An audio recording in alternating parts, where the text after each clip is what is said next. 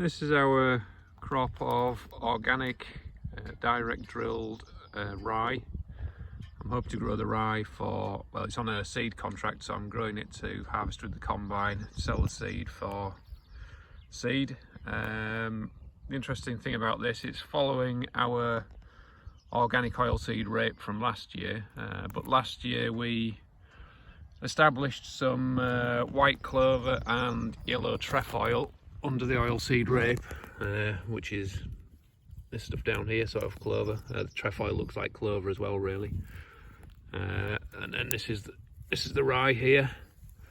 So the grass and the clover and trefoil was left after we'd harvested the organic rape, and then we grazed it quite hard with sheep for a few weeks, and then we direct drilled the rye straight into the clover and trefoil. It did have a few challenges with slugs, but it seems to have got over it. I maybe should have drilled it a little bit earlier. It was into October when we drilled it. It was quite wet and growing conditions weren't that good. I think conditions were very good for slugs.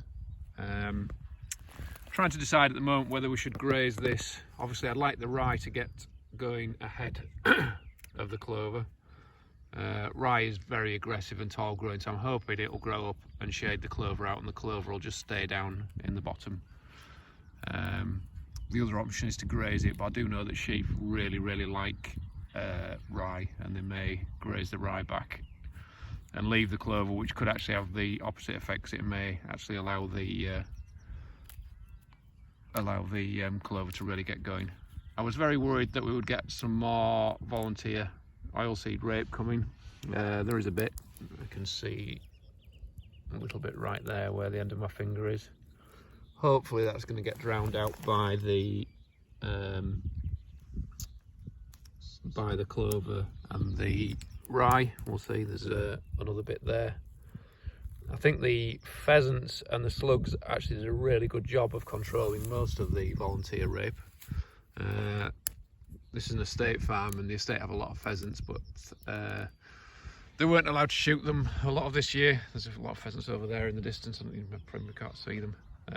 They weren't allowed to shoot a lot of the pheasants because of COVID, because they weren't allowed to have their usual shoot day, so there's a lot of pheasants left, and I think they cleared up a lot of the rape seed that was left after the combine. There's a lot of seed on the ground after the rape harvest. That was mainly because there was a really big hail shower just before harvest, and I lost most of the crop, well, half of the crop onto the floor. But we did manage to get some. Anyway, it's a beautiful day. So it's an interesting crop, this. We're really interested to see how it does. Direct drilling on an organic system can be quite challenging. There's a few people seem to be aiming in that direction at the moment. It's certainly challenging. I don't think I can do it for every crop in the rotation, but even if I could do it for maybe 1 or 2 crops of the rotation, I think it could have a real benefit from a weed control point of view and fuel use point of view and an environmental point of view. So yeah, it's a really interesting crop, and I'll be really interested to see how it does in the long term. Thank you.